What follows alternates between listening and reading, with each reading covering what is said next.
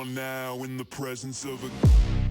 Thanks for tuning in to the Reformationist Podcast, a place where we have tough conversations about ministry, biblical truth, and the things they never told you in Bible college. Grab a cup of coffee and enjoy the show.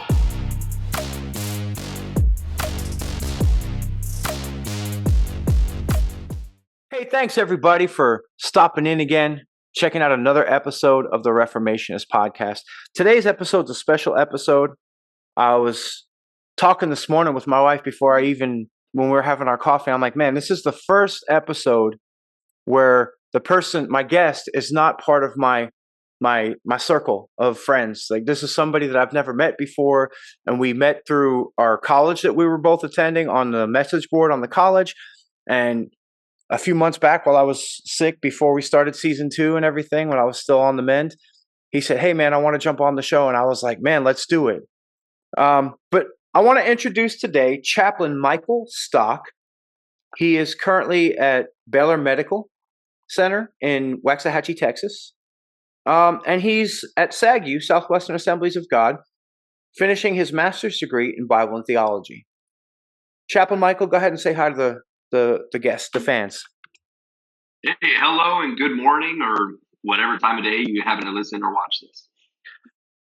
Man, so this was one of those chance meetings. I posted one of my first episodes on the SAGU little social media message board thing that they have, the little app that they have. And I was looking for anybody that wants to jump on, professors, teachers, students, people, whoever, anybody that wants to jump on and interview for the show. And you responded, sent me an email. Before we jump into the rules and everything, so what made you decide you wanted to jump on a show like this and have a talk? Well, yeah, I'm always eager to talk about myself. But no, I just, the ad was looking for people who could share different experiences in ministry and similar things. And so my whole journey has been a reformation, as it were. So it just kind of sounded like a perfect fit. And I am incredibly passionate now, too, about talking about alternative forms of ministry that a lot of ministry students or adults in general may not have considered. And maybe we'll get into a little bit of that here in a bit. But I just am increasingly aware that there are a lot of ministers that may not feel like they have found it yet. So if I could provide just another angle, perspective of what's out there that they haven't considered, then I'm hoping to help some people out. Man, that is awesome. Well, I appreciate you coming on and spending time with us today. So let's go over the ground rules real quick. Real simple ground rules. Number 1, most important, for the name of the episode and for the fact that coffee is one of our best friends, have a cup of coffee. Rule number 2, you're the guest. You're the reason people are tuning in. So be prepared to do most of the talking. I might throw a little something in here or there. And if you see me like this, I might be writing something down or searching for something that you might have said something that triggered something. So I might write it down or take notes. So don't, if I'm rummaging through stuff, I'm looking for something. But you're here. You're the one here to do the talking. You're the one people are coming to see. Rule number 3. It's super important to be real, to be honest, and to be authentic. Remember, it's a podcast to reach all kinds of people. People in ministry, people just starting out in ministry, people that might not be in ministry yet, lay people, all kinds of people are going to be checking this out. So I always try to set the ground rule: no negativity, no gossip. This is not a therapy session. But it is important to talk about things and be authentic. If we have a story to tell about a specific situation, I ask that we just not use names or towns or cities or specific churches or organizations. Like when I introduced you, the organization you're with, that's one thing. But I had this experience one time at this church, whatever the name of the church is, and it was a bad experience. Like we don't want to go there. Or this pastor somewhere in this town said something and it hurt me. Like we don't want to go there. We could talk about it, just not specifics. And rule number 4, If the subject is too difficult to talk about, we don't commit to it. I use the example of if we're having a conversation about divorce or separation in ministry. If it's a fresh wound and the person hasn't really healed about it, then we don't talk about it.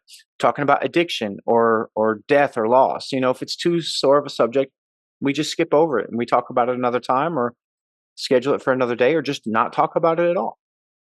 Like I said, it's not a therapy session. It's not a ministry session. We're just here. We are here to minister to people looking at the possibilities of getting into ministry or that are in ministry and are unsure of where they are at the moment. Sound good? Sounds great. All right. So we did our little introduction. People know who you are. People know who I am. Something we talked about before we jumped on, our little icebreaker that we're going to talk about. And we landed on the subject of food. So tell me about food. Tell me your story, your history with food. Yeah, well, you'll actually get a kick out of this. I did a year at a technical school in high school.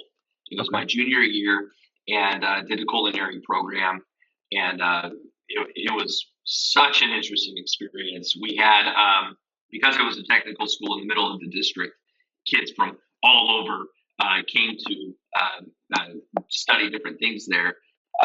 Small engine repair, fashion, like it was wild. I did culinary, had a blast. I was really bad in the kitchen then because it was all practice and I was all book knowledge. I can float my way through papers and tests and things like that. They're no problem for me. And so I aced everything except for the actual cooking. I was terrible. My bechamel was brown. My velouté was white. Like it was just a mess. If you know what that means, you'll get a kick out. But I'm much better now. That I appreciate the value of practice, but then I was, just to be honest, I was lazy and I was just wanting to just kick it in culinary, and but we had a good time. It was a good experience, and my love of food has persisted. I have made more eggs than anybody in my family combined. That's my go-to.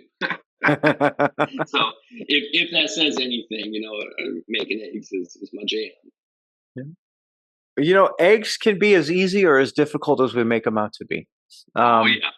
The funny link is here, my first job, my first career was in culinary arts. I started in a little technical school, culinary program in a technical school, moved on to work jobs in restaurants, from fast food to fine dining, all the way up and down the ladder. I moved to New York. I was originally born in New York, but I moved to Florida as a kid, moved back to New York as a young adult, 18 years old, right after high school. And I attended several classes at some of the big culinary schools in Manhattan that they were offering for people. You have to pay to go, but I took a few classes and workshops with Jacques Torres and Wolfgang Puck, some of the top guys that were in New York at the time. Yeah. They were teaching at there was the French Culinary Institute, and there was another one in Manhattan. And one of the guys I worked with, he'd always go to these classes and learn stuff. And I was like, man, show me. And I went with him, and I enrolled at the French Culinary Institute and learned a bunch of stuff. Opened my own restaurant, had my own restaurant for a little bit in Florida for a few years before the economy tanked back in 2008. And then I won a food competition for 2 years in the county I lived in Florida. And I went up against several other commercial places and catering companies and hospitals. And the guy who won for 13 years in a row, I dethroned him. And I became the chef, the number one chef in the county. And the county is 140,000 people. It's a small town, but hey, I did it and I won. And Still pretty cool. I love to cook. I don't know if you look behind. Oh, wrong way. I'm going the right way. Right back there, all my coffee stuff, whole beans, coffee grinder, espresso pot. I got the frother. We make our own lattes at home.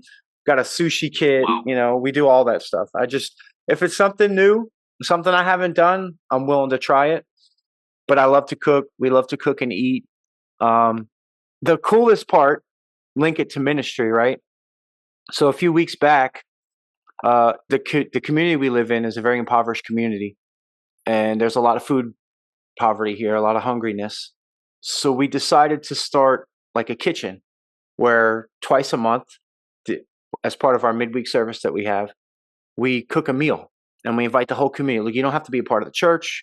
You don't even have to be a believer. You just, are you hungry? Do you need? Then come out and have a meal with us. So we just launched that, and learning how to cook for large amounts of people has helped me pursue this and be able to cook for 40 or 50 people. And then as we grow, we cook more. But if you only know how to cook for 2 or 3 people, it's kind of hard to take on an endeavor of cooking for a whole community. But having that different skill set, isn't it? Oh yeah, having that culinary experience really helped me. Like, you need to sit and let's say you're making red beans and rice. You cut up a package of smoked sausage. You cut up 1 onion. You cut up 1 pepper. You soak 1 bag of beans. You know how to make it. But when you're cooking 10 pounds of beans and like 8 pounds of sausage, and you're cutting up like 6 or 8 peppers and 6 or 8 onions and cooking a big pot of it, you have to know how to adjust the spice levels and the taste. And luckily, I have the experience to cook like that for a mass crowd. So it's really helped. So, the Lord knowing where I needed to go en route to where I am today has been very helpful. But we're talking about that today. We're talking about the journey. You're not in the same place you were 8, 10, 12, 15 years ago. You've progressed. You're pursuing where God's called you to pursue. So that's, as we lead into the first part of the topic, tell us about your background. Tell us about who you are and where you are and how you got there. Yeah. Well, I grew up in the Kansas City area, and I was raised on the pew, as they say. Grew up in church, and it was about kind of like 15, 16 that I recommitted my life to Christ. I kind of made it my own. I had always, looking back, had a relationship with God. Excuse me. But whenever I was kind of becoming a man, as it were, is whenever I made that decision for myself, and I started driving myself to church, and I started really taking it on and studying my own Bible. One of the best gifts my parents ever gave me is a thick NIV. Don't judge me, anybody out there. I like the NIV. Okay, it works. But Life Application Study Bible. And man, I tore through that thing. I just was highlighting verses, memorizing stuff, just feasting off of it. Right. And 16, 17, I started to really feel a pull to just be involved in the church. And so one day I just showed up after classes, and I went in and wanted to meet with somebody to talk about volunteering. And before I knew it, I had a job. They hired me, and it grew from there. Over the next 5 years, I did their local ministry training school. I did anything and everything I could to grow. Began teaching, began doing small stuff. And by the time I left that job, I was the assistant youth pastor. Or if you've seen The Office, maybe insert the joke, I was the assistant to the youth pastor, which is what it felt more like. But it was great. And then I just started to feel like I wanted the next step. So I eventually found my way to a ministry training school in South Florida. They did an extension campus for Southeastern University, and I interned in the church. They let me do my schooling mostly online, but they had pastors in school who could also teach classes who were qualified as adjunct professors, and just did that whole deal for 4 years. Got married, and took our first pastorate in Nebraska. And we were children's pastors there for a couple of years. And this kind of segues into some kind of tumultuous seasons, which is a big part of the story. I don't know how are we doing on time? Well, we're good. Because I could just touch on it, but we're good. Give you the long and short of it. So we were children's pastors for 2 years, my wife and I. We had our first kid within the first year of being married. After, within the appropriate, anyway. It was a very difficult season because we were away from family. my first pastorate, new baby. It was intense. Add on top of that the fact that I was functioning in my role as children's pastor, but I wasn't great at it. And I was really feeling that tension of like, man, like something just isn't clicking with this. I don't know what it is. I've been building to this for the past 10 years at that point, but it just didn't fit. And I had a lot of conversations with my pastor and his wife, who just counseled us like crazy. They really loved on us. And I just talked to them time and again. I was like, Pastor, I'm so sorry. I don't know. I'm doing my best here, but it's just not clicking. It's just not jiving. And we prayed together. And then finally it came to the head where I was like, Pastor, I don't know if I'm the best fit for this job. And he said, well, here's what we're going to do. We're going to take 2 weeks and you're going to fast and pray. I'm going to fast and pray. And we're going to meet and see where the Lord's leading. And so we went through that process and then came together. And I was like, yeah, Pastor, I really don't feel like I'm the best fit for this job. I don't know why, but I think I need to look for something else. And he and his wife gave us his blessing. And again, very generous. And they helped us transition to our next place. We moved to Texas to be with my wife's family. And we were getting ready for baby number 2. And he was born on March 16th, 2020. The date of the apocalypse, as it were. And not to make light of it, but I mean, it's just trying to reconcile all those that season. It was very challenging, I'm sure, for everybody. New baby, new city, but finally we were with family, and I was going through a massive upheaval in my ministry because that job didn't fit. And I was just praying and just crying out to God, like, if that doesn't fit, because in my mind, I had built up in my head the path for ministers. You intern, you volunteer, you do youth ministry, you go to seminary if possible, and then you start taking pastorates and you grow in your pastorate ministry until eventually you take over a church. And I began to realize that was probably not going to be my path. But if not that, then what? And long story short, I found my way to chaplaincy. Somebody had mentioned it. I went to just going to start knocking on doors again, just like I did whenever I first got into ministry. Knocked on the chaplain's office at the local hospital, and he laid out the path for me to be able to start pursuing this as a job. And a couple of years later, here I am. Man, that's awesome. It's interesting when you have conversations about, paths on the journey, how similar a lot of people, a lot of us in ministry, especially, the path is very similar, like you even joke around about, the NIV was your first Bible. My first Bible was an NIV. I've got it up there in my little cabinet back there. But you mentioned the Life Application Study Bible, this big book right here. When I was commissioned to be the pastor at the church I'm at here, they had this one made. It's got the logo of the church on it. I don't know if you can see it, but it's a Life Application NKJV. So I understand, man, that Life Application Bible, you got some good stuff in there. That commentary was my first real biblical education. I've contributed so much to sermons just off of the commentary out of that, the little notes on the bottom. Yeah. I'll be studying and looking, and man, something will grab me, and I'll be like, I need to expound on that. I need to go deeper on that, and I'll write that one little note down, and I'll just build a framework around that whole little note.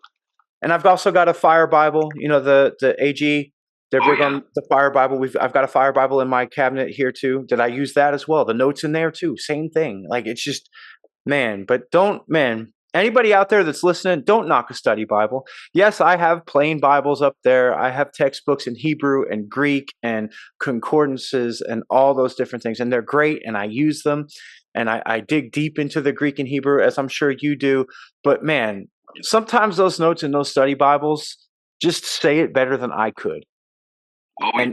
And they give me a framework to build a whole thought on, so don't knock that NIV study Bible. That got you where you are That's right. in faith. That's right. But about that, the NIV, the translations, everybody argues about the translations. I was fortunate enough, absolutely fortunate enough, to study under Dr. Espinoza, who's one of the adjuncts there, one of the main guys there at SAGU. And a few years ago, when I first started at SAGU, I had the privilege of studying under Dr. Owensby, who passed away last year. Man, what a pleasure it was to sit in those classes and really glean from those men. And like, people don't realize NLT, people knock the NLT as well. NLT is one of the most accurate modern translations there is. I use it very often, because like I use the New King James as my main study Bible, as when I'm researching, studying, writing word. But man, sometimes I'll pull stuff out of the NLT just to better understand it for everybody. But man, don't knock those translations. The NIV is good. You just got to know. They almost all have their place. Yeah. And the argument, oh, well, they omit stuff. Well, there's always a note that say when something's been omitted, and it tells you what it is that was omitted. So it's never completely left out. So you just got to be careful when you do study. You got to look for those things. And why was it left out? What was the point of it being left out? We could argue all day. We could sit and have that debate. I could probably do a whole episode just on Bible translations. But man, NIV is good, especially when you're a teenager first starting out. Nothing wrong with that. So it's a good Bible there, man. I'm intrigued to learn more about the path of chaplaincy, because it's something that I considered years ago as a firefighter, as a former firefighter. I thought about being a chaplain. At the time, I was Catholic, so I was I had she was my fiance at the time. She's my wife now. We were in the process of getting married. So for me as a Catholic at the time, it was, you can become a deacon and that's it. So I was looking at the courses to get into that. And then once I became a deacon, take the chaplain courses, become a chaplain with the fire service. So I'm a little bit familiar with it, but talk more about the path to chaplaincy. Yeah. Well, just a quick side note. We actually do have a Catholic deacon who volunteers a couple mornings a week, and he comes to the hospital and visits with Catholic patients. And so that's a tremendous ministry. And so the first thing I want to say is that before, depending on your schedule and timing for anybody listening or watching this podcast, there are volunteer options that you can kind of not have to have all of the educational requirements and whatnot. You can have a denominational endorsement or some church, somebody backing you to say that you're legit, and you can get your foot in the door ministering in the hospital. There's some hoops you got to jump through in terms of background checks and whatnot, depending on the hospital you're going to be ministering in. But there's ways to do it. And police departments, fire departments, I mean, yeah, like there are all kinds of opportunities. Sometimes it's just a matter of going to your local district. Just, again, knocking on doors. Just go to the department, go to the whatever building it is, and just start asking people, hey, listen, I want to minister to you. I just want to support you guys. What can I do? What do you need? But for me, pursuing chaplaincy as a career, it's arduous. I'm not going to lie. There are some requirements that you have to have, which legitimize the field. They want you to have a Master of Divinity or equivalent, some significant body of knowledge in Bible and theology or counseling, something along that line. 72 credit hours minimum, right? I think so. Here at SAGU, soon to be Nelson University, they have a 72 credit hour program. I think Dallas Theological Seminary, they have a 96 credit hour program, and it goes up from there. So it really depends on what your education you already have and what you're willing to pursue. But that is the terminal degree. as it were, for what's required to be able to function as a board certified chaplain. So to lay out the full path is the requirements are Master of Divinity or equivalent, 4 credit hours of clinical pastoral education, which is you do an internship and you do clinical hours at a hospital, and they have an education program that basically amounts to 1 college class. And you earn roughly a credit per semester's worth of work. You can do an intensive over the course of a year that gets you 3 credit hours, but you need 4, and then you can start working toward board certification through the ACPE, which is the national one of the national accrediting certifiers for chaplains. And once you have all that, then you can start working toward a full-time position. So there's a lot to it. There are ways to sort of start working without having all those requirements. So, for example, I am in process.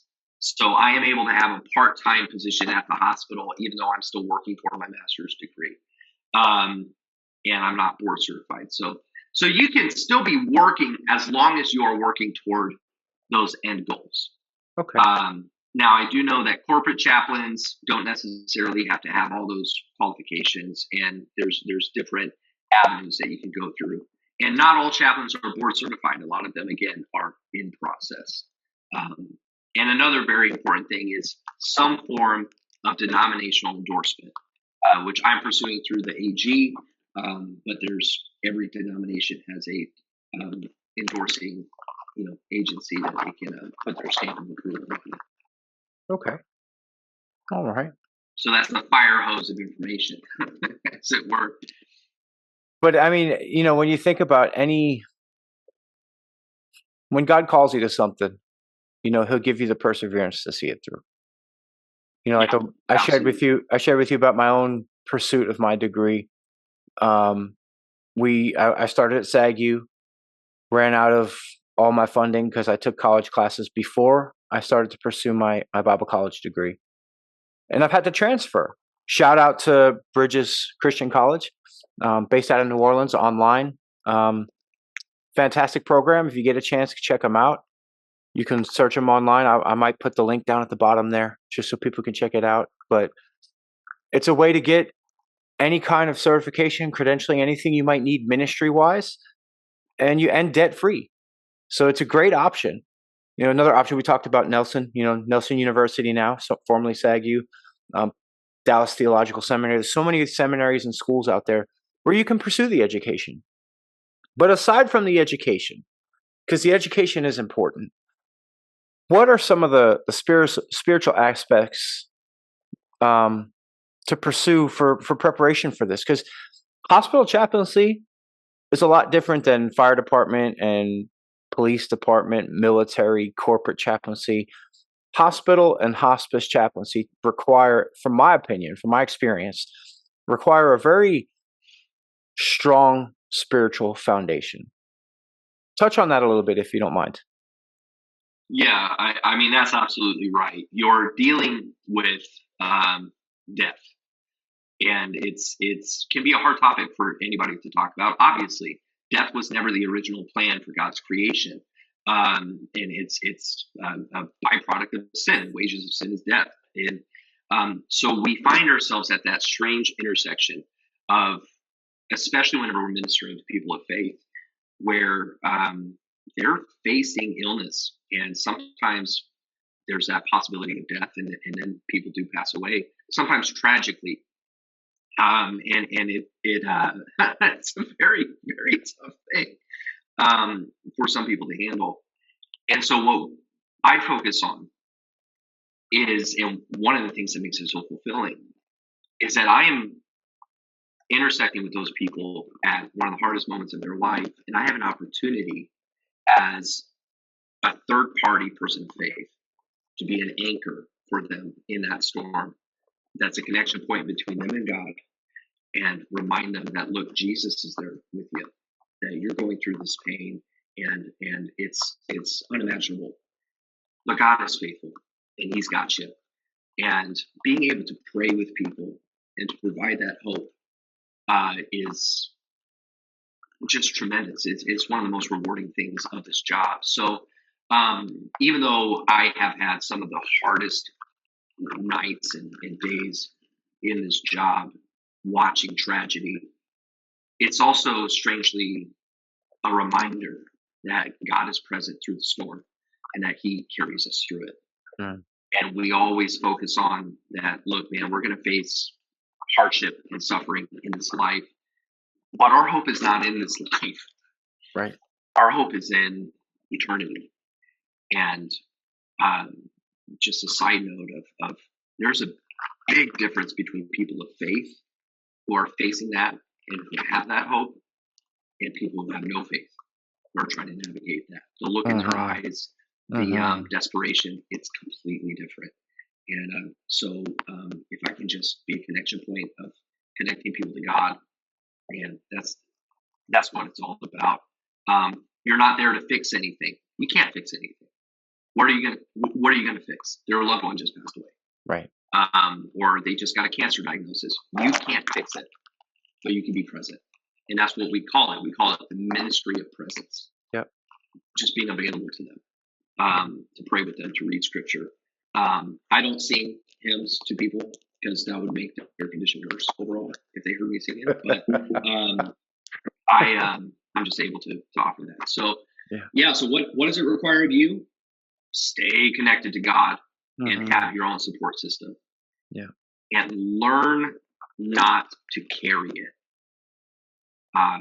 which is a hard thing. It's not my family. It's not my loved one. I am there to provide support for them. I can only be emotionally invested so much. I have to keep a level of separation that allows me to be stable, kind of like a firefighter. Yeah. You're there to rescue people. You're not there for your own preservation. Yep. You're there to help save them. And so there's a level of putting yourself aside so that they can be ministered to. Man, I think about one of my really good friends who's on staff with me. He's a hospice chaplain, and he has been for several years. And his input into our operations as a church has helped with the ministry of presence. That single aspect has helped us. He's the pastor over our like our family pastor, our care network. So ministry of presence is important for that aspect of it. Sometimes I don't need to talk. Sometimes I just need to be here to listen and support you and pray with you. I don't need to sit and give you advice for everything. And I think as pastors, we tend to lean on that, where we want to come into a situation and give advice and tell you do this, and it'll be better. And sometimes we just need to take a step back and listen. I think about a recent funeral that we went to for a gentleman, had a good long life. I think he was in his 80s. He was one of the pillars of the church, of our local church there. And to see his kids, those that stayed connected to the church and have a strong relationship with Jesus, they were sad, like we're all going to be. I think of my own mother when she passed away. I was sad when she passed away, but I know prayerfully where she is. One of his kids was strong, and she wept and she cried, but she was able to talk and share, where one of the other children who maybe wasn't as connected with Jesus was so broken, and you could see it, the whole process. And I could only imagine in dealing with that on a day-to-day basis for the most part, how difficult that would be. Let me ask you this question before we move on to the next topic. What are some things, some words you could give to pastors who maybe aren't chaplains or don't have the experience of chaplaincy coming into a hospital setting during crisis to help be more supportive and maybe help make your job easier as a chaplain? How can we work together and partner through these situations where me as a pastor, I'm not coming in and totally, I don't want to say destroying, but shaking up something that you have situation that you've already brought calm and peace to through Christ. I'm not coming in and stirring things up and shaking up a hornet's nest to make them come back and be like, well, is the pastor giving me good advice? Is the chaplain giving me good advice? Or like, so we're not at odds. So we're working together to bring peace to families. What's some advice that you could, maybe from situations you've been through, that you could give to us for us to help you do your job better? Yeah. Well, I'll say this is that we actually rely on pastors a lot. We love it when pastors show up because they have relationship a lot of the time. Especially, I know you talked about being in a smaller town. Those contexts, those churches are tight, and so seeing one of those pastors show up, especially, they know your kids, they know your aunt who moved 20 years ago. They're connected, and so man, that's powerful. So if you're a pastor, and if you ever, I would just ask, stay plugged into your people, and if there's somebody in the hospital or whatnot, go. Yeah, absolutely, go visit. Jesus said, right, whenever I was in prison, did you visit me? Whenever I was sick, did you come? And yeah, go minister, be that person. You will not get in the chaplain's way. Every chaplain's a person; they're all different. So there might be the occasional chaplain that's, whatever about it. I've never encountered that person. I've always been just super excited about pastors showing up. Come, be with your people. One thing I will say is that have a very, very solid theology of death, because that's a hard thing to understand, especially, my background is 100% AG, Pentecostal, charismatic. So there's a tension there sometimes with some of our old school practitioners, and myself included. Well, we're supposed to pray for healing. We're supposed to pray for miracles. We're supposed to believe in this. That's true. Yes, 100%. So you have to be able to be comfortable with that tension of, God, we're going to submit this to you. We pray and ask for healing. But at the same time, God, we're just going to trust you, whatever the outcome.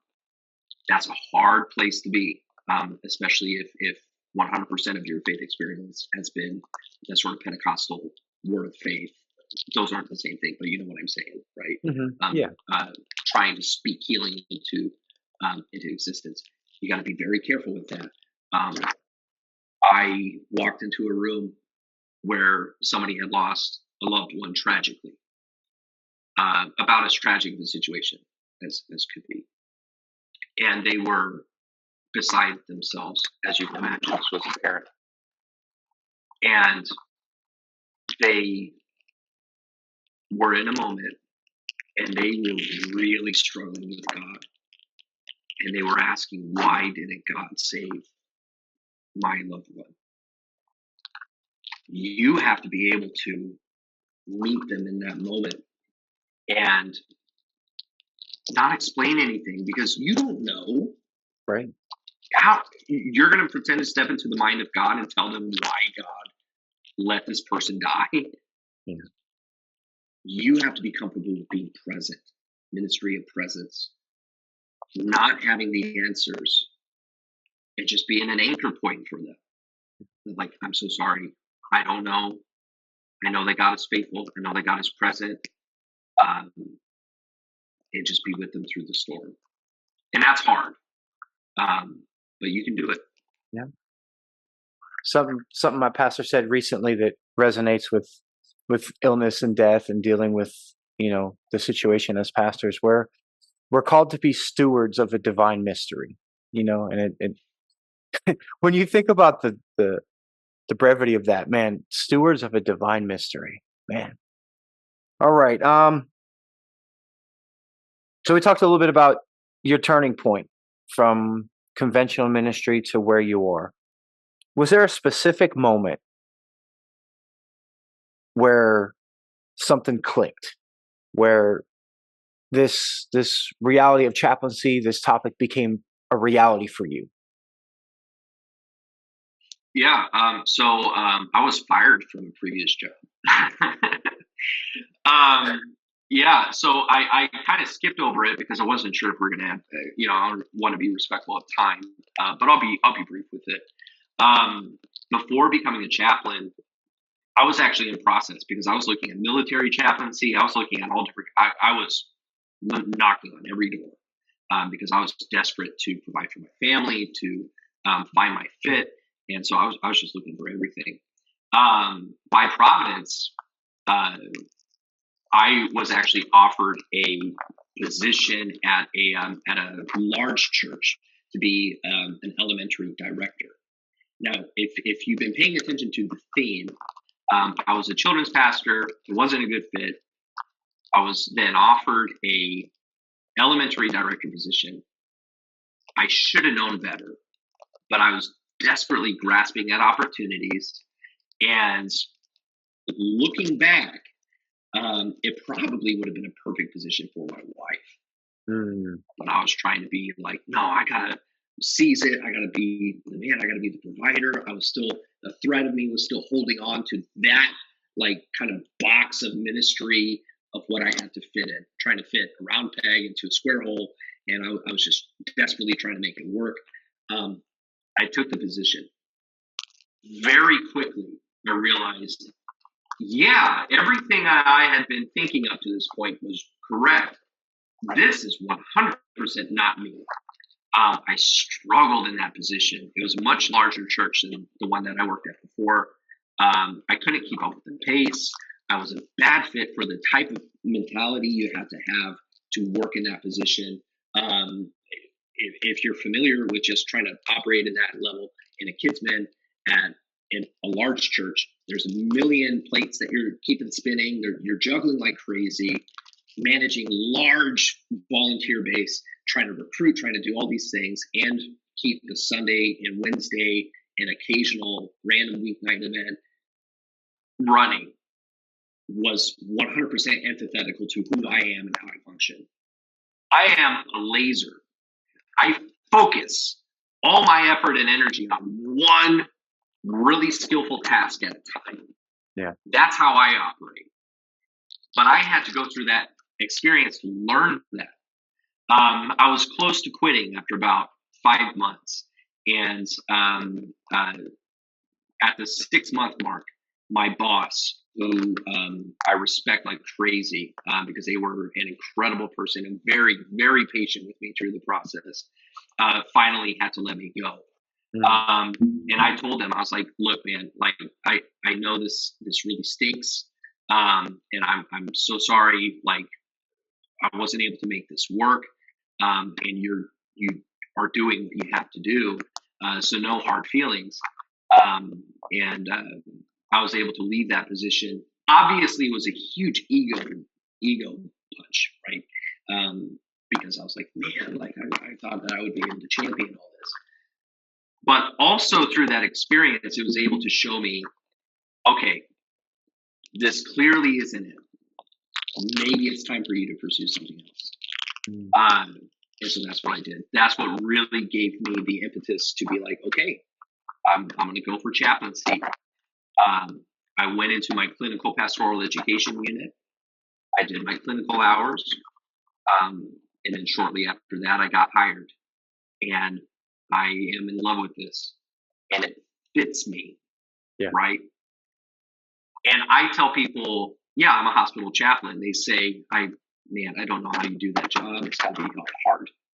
And I look at them and I say, I don't know how you do what you do. Like I would rather do this every day of the week than have to run a volunteer meeting or something like that. Right. This fits me, right? And I would never have been able to arrive at this point without some tough experiences that helped me let go of my preconceptions of what I thought the ministry path had to look like. And I have tremendous respect for any pastor that's able to do that. Kids pastors, particularly, because that's been my realm of experience and observation. It's a wild and intense job. And I thank God that I've been able to find my fit doing what I'm doing now. Cool. That's awesome, man. I think about what you just said, and when I started to pursue full-time ministry and went to Bible college, I had lost a job. I had taken a severance package from a job, and I tried finding another job, and I put out at least 100 or more applications, resumes, all that, and everything came back. You're overqualified, you're underqualified, no good here, no good there, and just continued and continued and continued. And I was like, what is going on? Like, I can't find work anywhere. And so I kept praying and fasting and praying and fasting. My wife had a good job, and I felt the Lord kind of tell me, do you trust me? I need you to let go of your pride and stop worrying about the world's idea of what your role should be and worry about what my idea of what your role is. And he provided supernatural provision, things that I was not expecting, so we could pay off debt and set ourselves up so we could pursue ministry. And still to this day, I'm a pastor at a small church in a small town. I'm not making the average pastor's salary, but God has provided. Look, we get farm fresh eggs. We get fresh vegetables through the seasons. We can go hunt and fish and all the stuff that, like truly living off God's provision and not worrying about financial issues. Like it's a hard step, a very hard step. And I had to let a lot of stuff fall off of me. But man, like to truly trust God in the season so that he can provide a way for me to follow my calling that he put on my life when I was 8 that I ran from. And I'm 40 now, finally now just stepping into the role. It's a process. But the other thing you said about children's ministry, learning from the experience. So I taught Royal Rangers. I was a Royal Rangers commander for 2 years for kindergarten, first and second grade. Children's ministry is not my lean. I'll lead children. I'll teach children. I'll spend some time with children. I love kids. I love my kids. But to full-time children's ministry is not my area at all. At all. So I'm with you on that, man. I can't do it. I echo that, man. Well, I was struggling because I was like, I believe in this ministry like 100%. Like every part of me knows that this is incredibly valuable and useful. And in hindsight, I can look back and I'm just not the guy. That's okay. And that's okay. Yeah, like absolutely. That's the hardest thing to sort of come to realize is, come to grips with your limitations, but your limitations aren't actually limitations. It's just direction of where God is actually trying to take you. He's built you purpose for something specific. And if you're trying to wedge yourself into something that's not what he made you to do, you're going to experience frustration. Absolutely. Next question, next part. Think of some things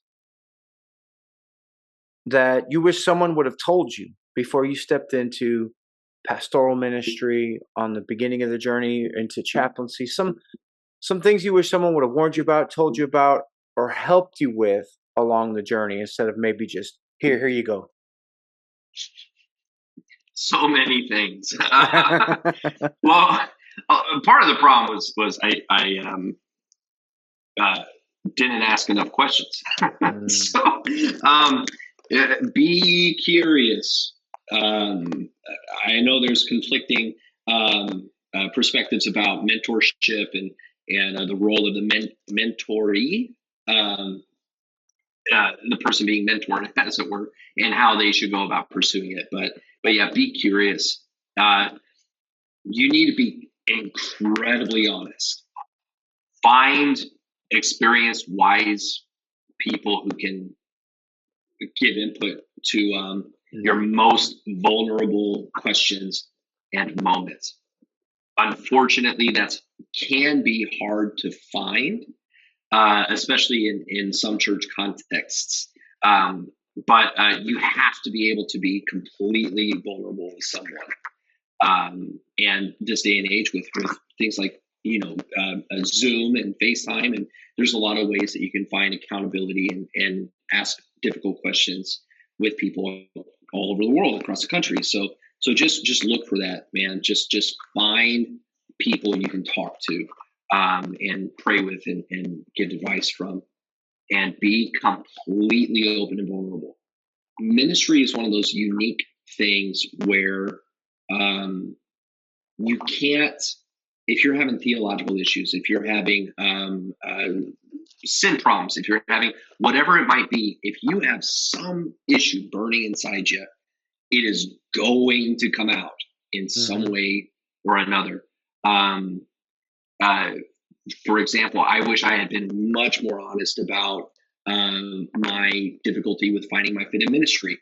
I wish I had asked more questions and asked more of my mentors and employers and people to be more honest. Like, okay, why do you think this is not working out?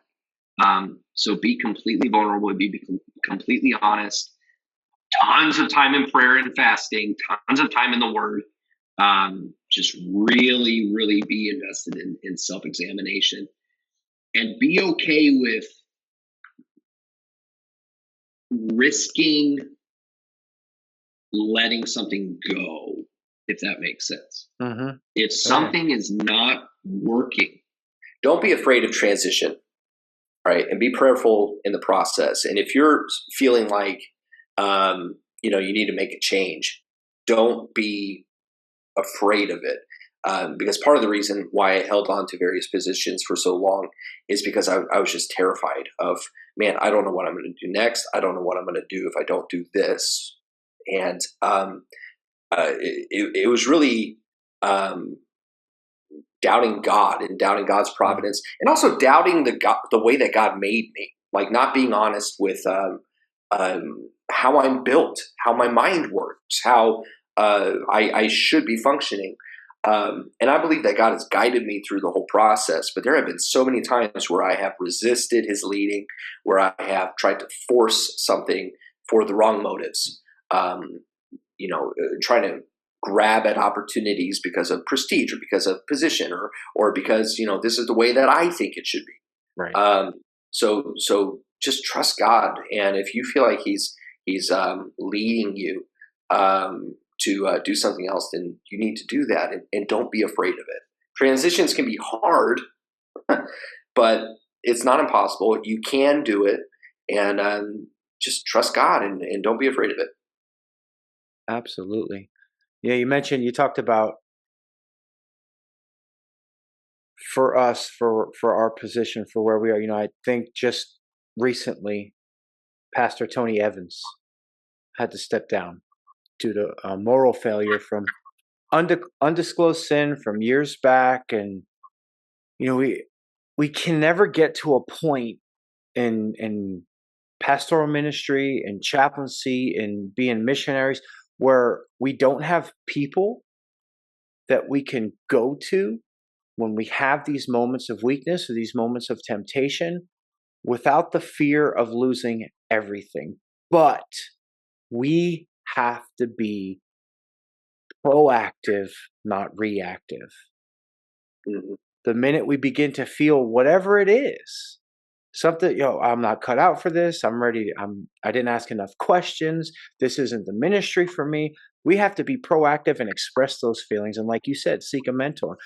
I'm very fortunate and blessed in the situation that we have here, where we're planted a sister church of another church in another town. I have my senior pastor to lean on. We have an unwritten rule that we have a once a week meeting just to talk. I had that meeting yesterday. And, we've got ministry stuff and different things we have to be doing and, all kinds of stuff. But yesterday's meeting was strictly pastoral. How are you doing? How's your family doing?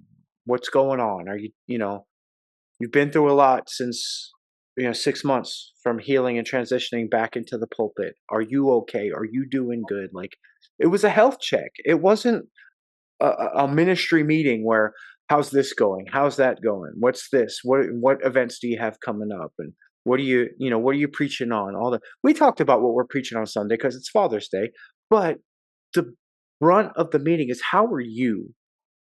What's going on with you?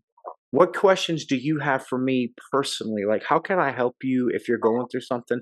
How can I help your family if you're all going through something? So it's just it's important to not only have those mentors for our positions and our roles and what we do, but to have a personal spiritual mentor, someone we can lean on that we can have those hard conversations with, like, man, I've been studying this specific doctrine and I read this and this. Can you help me understand it so I'm not like going against the doctrine, going against the Bible because of my feelings or because it's the situation I'm in or whatever.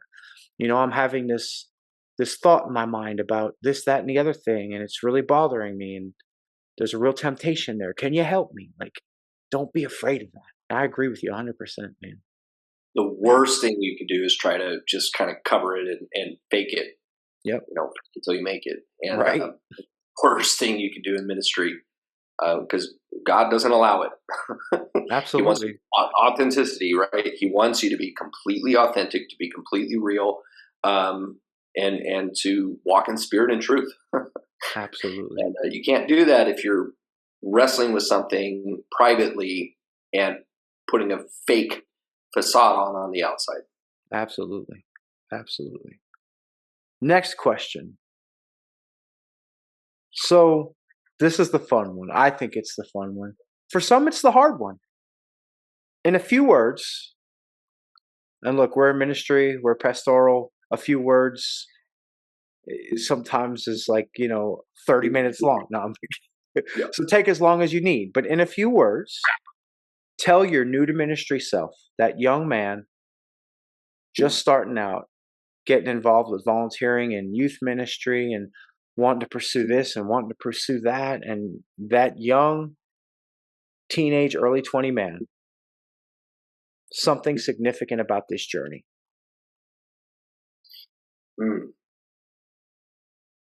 And I preface this by saying, we can't go back. We can't go back and relive it. We can't go back in time and redo it. We can't go back and talk to our previous self. But I say that because somewhere out there, right now, there's somebody in those same shoes that you were in, and they need to hear what you have to say. That's why I provide this question. Yeah. You will, not to be dramatic, but in a sense, die trying to be somebody you're not. Risk being who you are. And I'm going to be very careful with that because I am not talking about sin issues. I am not talking about Absolutely living your truth. I am saying be authentic and honest. And if you are struggling with something, especially a sin issue, but even just wrestling with where you want to be in life versus who you really are and what you have to offer and how you're made, be completely honest with yourself and with your mentors, and don't be afraid of where that leads you. The worst thing you can do, like we've said several times, the worst thing you can do is try to be somebody that you're not and try to pretend like everything's all good when it isn't, and try to force yourself into a position that is not you. I was very much a Pharisee whenever I was in high school. I was passionate, but I was also in a lot of ways fake. And I regret a lot of the ways that I was unauthentic, where I knew what the Bible said and I tried to live it and I taught it and I preached it. But internally I was a mess, and I was not being honest with what I was struggling with. And so, yeah, I wish time and again that I had gone to my pastors or I had gone to people and just been completely honest about everything that I was wrestling with. And even if that meant, hey, maybe this specific position is not for you, or maybe you need to try something else, or maybe you need to go down this path. I should have trusted God and it would have been okay. And now I'd like to think I'm on that journey of having more faith in God and having grown to that. But got to be authentic, man. You got to be real, and you got to be honest with God, and don't try to hide who you are. And if there's a sin issue, let it be exposed and trust God to deal with it, and he'll help you walk through it. But things like that, especially if you try to cover it up, it's just going to fester and grow. Yeah. It's only going to grow. You cannot deal with it in the dark. Absolutely. Absolutely. Man, so church kids, not just PKs, but church kids, man, be real, be authentic, don't hide. Don't try and be somebody you're not. And church parents, I need you to hear this if you're listening, not just pastoral parents, but church parents. Don't raise Pharisees. Don't raise Pharisees. It doesn't work. Be authentic. Any final thoughts before we wrap up? No, I mean, this has been tremendous. I love chaplaincy. I'm a big believer in it. Show love to your first responders. Even if you're not in an official capacity to do it, just go, just bring them donuts, just whatever it is, your local fire department, your local police department, your nurses and doctors, show them love, because they see some of the worst of it, stuff you can't even imagine. And they do it on a daily basis. So they need your love. They need your prayer and support. So go do it. Yeah. And it's so true. As you know, and some of the people out there listening know, I had spent about a month in the hospital going through all my stuff with my illness, last October into November. I went back to do a hospital visit on a member of my church several months later. And I was up and walking and I was getting around, which was presumably not going to happen for me back then when I was in the hospital. They were saying I wasn't going to, but I'm up and walking again, getting around. But I went, that person was in the same floor I was on, a couple of rooms down. So I went to visit and I saw the nurses and the doctor that were caring for me. And they did a double take and they're like, wow. And I got to talk to them and share the story with them and pray with them. And they appreciated that so much. Just that support to know, hey, we're real people too. Just because my name, we just gotta have a little card in my wallet. We all have a little professional credential card in our wallet, no matter what we do. Doctors, lawyers, nurses, pastors, chaplains, doesn't matter. You have your little card that says you can do what you do. Just because I'm a normal person, just like y'all. So it was just good to touch them as a normal person and pray with them. But it's so true. Just go and show love, show support, be there for people. That's what we're called to do anyway. So, man, I really appreciate your time today. I thank you for being on the show. That's about all we got, I think. I'd love to have you on the show again sometime. Maybe we can talk some more about something if you're up for it. But hey, Reformationist Podcast followers, viewers, thanks for checking us out today. We appreciate your time as well. Hope you enjoyed the conversation today. Hope you enjoyed the coffee today. And we'll catch you later. Take care and God bless. We appreciate you checking us out. Make sure to like, subscribe, and share. Stay tuned for more content, and don't hesitate to comment or leave any questions. We will see you next time on the Reformationist Podcast. Take care, and God bless.